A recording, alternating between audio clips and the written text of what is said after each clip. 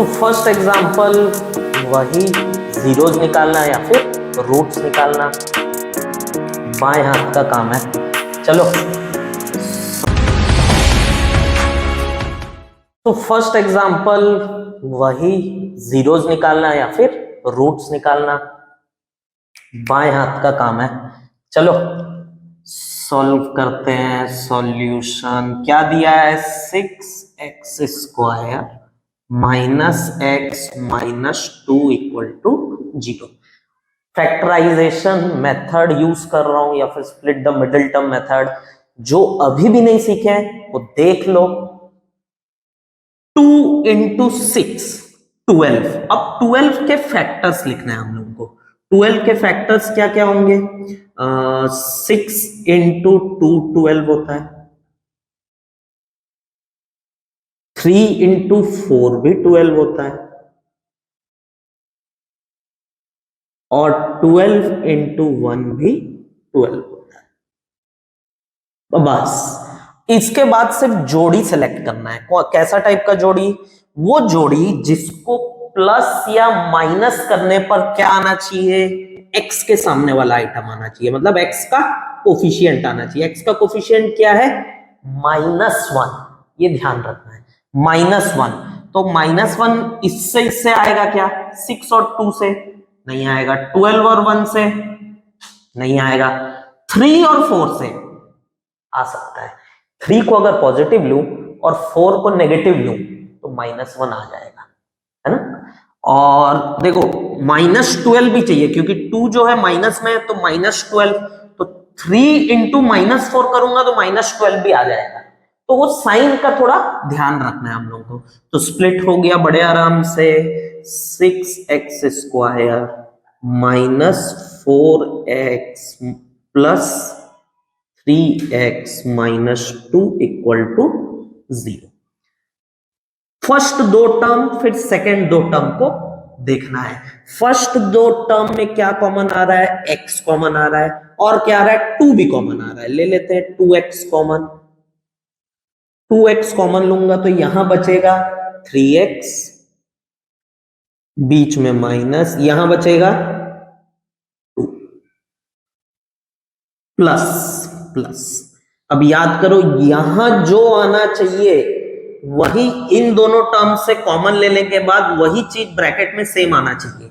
ये ध्यान रखना है। अगर नहीं आ रहा मतलब तुम कुछ गड़बड़ कर रहे हो। तो देखो यहां पे 1 कॉमन आ रहा है, कुछ कॉमन तो दिख नहीं रहा, तो 1 कॉमन ले लूंगा तो 3x माइनस 2 आ जाएगा।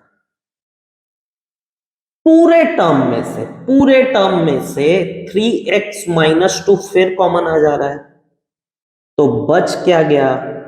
2x plus 1 is equals to 0। बस अब एक बार इसको इक्वेट कर दो 0 के साथ और एक बार इसको इक्वेट कर दो 0 के साथ। बहुत आसान है। यहां से x की वैल्यू निकल के आ जाएगी 2/3 और यहां से x की वैल्यू निकल के आ जाएगी -1/2। दो आंसर हमारे आंखों के सामने नजर आ गया है। एक x की वैल्यू है 2/3 और दूसरे वाले x की वैल्यू है -1/2। यही है क्या? रूट्स या फिर zeros of the given quadratic equation. कितनी वैल्यूज आई? 2। मतलब ये 2 वैल्यूज, इनमें से कोई भी एक को इस इक्वेशन में x की जगह रखने पर, इस इक्वेशन में x की जगह रखने पर आउटपुट क्या आ जाएगा? 0। तो इसी को हम रूट्स या फिर जीरोस बोलते हैं। ठीक है, तो बहुत आसान है। ये तो हम लोग किए ही हैं, 9 से सीख रहे हो। और क्वाड्रेटिक फॉर्मूला मेथड भी बहुत आसान है, वो एक क्वेश्चन उससे भी करके देख लेते। देखो सेकंड एग्जांपल थोड़ा सा देखने में ना कॉम्प्लिकेटेड लग रहा है। क्यों?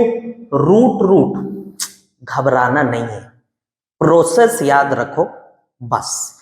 इस क्वेश्चन को मैं दोनों मेथड से सॉल्व करके दिखाऊंगा, पहला फैक्टराइजेशन मेथड और दूसरा क्वाड्रेटिक फॉर्मूला मेथड। तो देखो पहले मैं कर रहा हूं फैक्टराइजेशन मेथड से। तो सबसे पहला काम, इसको मल्टीप्लाई, तो 5√2 इंटू √2 मेरे को देगा कितना, √2 इंटू √2 2, और 5 इंटू 2 मेरे को दे देगा 10। सिंपल है, मल्टीप्लाई करना सीखेंगे हम लोग। तो मल्टीप्लाई करने से 10 आना चाहिए, मतलब फैक्टर्स लिख लो 10 के। एक तो 5 इंटू 2 10 आएगा, और दूसरा खुद 10 इंटू 1 10 आएगा। बस अब हमको जोड़ी सेलेक्ट करना है। किस चीज का जोड़ी? इन कौन से पेयर में ये बीच वाला टर्म आएगा, ऐड या फिर सब्ट्रैक्ट करने से। तो देखो 5 और 2 को अगर ऐड करूंगा तो 7 आ जाएगा, बिल्कुल आ जाएगा।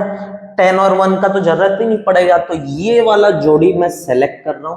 बस अब स्प्लिट हो गया, तो √2x² plus 5x plus 2x plus 5 √2 equals to 0। Common लेने में दिक्कत आता होगा आप लोगों को, तो देखो कुछ नहीं करना है। फर्स्ट दो टर्म में क्या कॉमन दिख रहा है? x कॉमन दिख रहा है, तो x ले लो कॉमन। क्या बच जाएगा यहां पे? √2x बचेगा, प्लस यहां से x कॉमन ले लिया हूं तो 5 बचेगा, कोई दिक्कत नहीं। अब देखो यहां आप लोग को कुछ कॉमन नहीं दिख रहा होगा, दिखेगा। जो 2 है ना, इस 2 को आप लोग √2 इंटू √2 लिख सकते हो। तो पहले मैं लिख के दिखा दे रहा हूं, देखो 2x को मैं लिख रहा हूं √2 into √2 x plus 5 √2 is equals to 0। ये बन गया, कुछ नहीं किया हूं। 2 को मैं क्या लिखा हूं? √2 इंटू √2, क्योंकि उसको मल्टीप्लाई करेंगे तो 2 ही आएगा। बस अब कुछ नहीं, कॉमन दिख जाएगा आप लोगों को। तो √2x प्लस 5। अब देखो क्या कॉमन दिख रहा है? √2 कॉमन दिख रहा होगा, ये दो में ले लेते √2 कॉमन। क्या बच गया यहां? √2x बच गया, और यहां बच गया 5 इज इक्वल्स टू 0। तो पूरे टर्म में से पूरे √2x प्लस 5 कॉमन आ रहा है, बच क्या गया? x plus √2।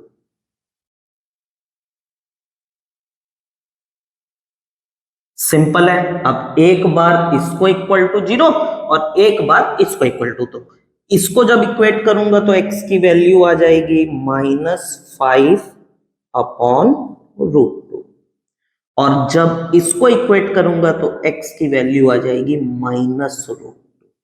मिल गए दो जीरोस, सो इजी। अच्छा इसको हाँ बिल्कुल रैशनलाइज करके थोड़ा शकल सुंदर दे सकते हैं, बट डायरेक्ट मैं लिख दिया हूं, अब कोई दिक्कत नहीं है। तो x की क्या क्या वैल्यूज आई? -5 अपॉन √2 और एक -√2। ये अपना रफ वर्क है, ये ध्यान देना है कि हमको कांस्टेंट टर्म और x² के कोफिशिएंट को मल्टीप्लाई करना है। पहला स्टेप ही हमारा वही है, ध्यान रखना। फैक्टराइजेशन मेथड है, अब मैं क्वाड्रेटिक फॉर्मूला मेथड बताऊंगा। तो ये वाला पोर्शन रब कर लेते हैं।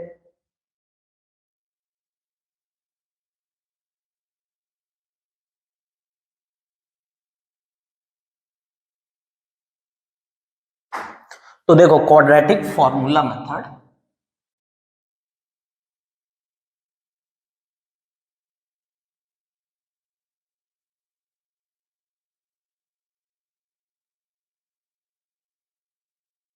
इसमें x की वैल्यू ऐसे निकलती है plus minus √b² -4ac upon 2a।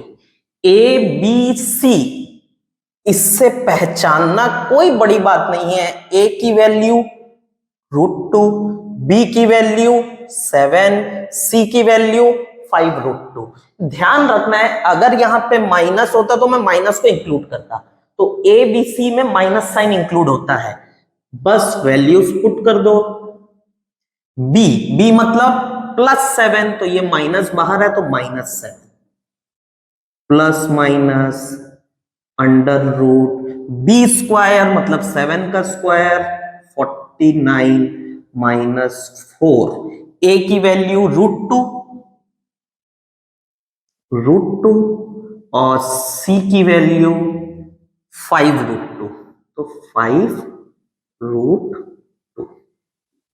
Upon 2a that is 2√2 solve कर लेते -7 plus minus under root 49 4 into 5 20 और √2 इंटू √2 2 20 इंटू 2 40 तो यहां बच गया 49 -40 upon 2√2 -7 plus minus under root 49 -40 कितना आएगा 9 आएगा और 9 का रूट 3 अपॉन 2√2 बस आ गया x का वैल्यू। एक बार x की वैल्यू -7 प्लस 3 अपॉन 2√2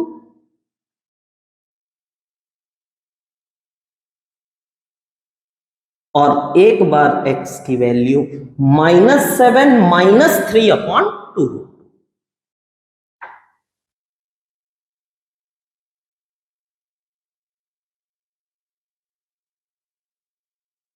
तो यहां से x की वैल्यू आ रही है -3 प्लस -7 प्लस 3 -4 अपॉन 2√2 तो लिख लेते -4 अपॉन 2√2 कट गया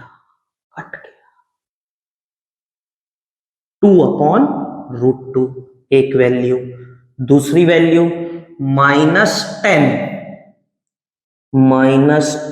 अपॉन 2√2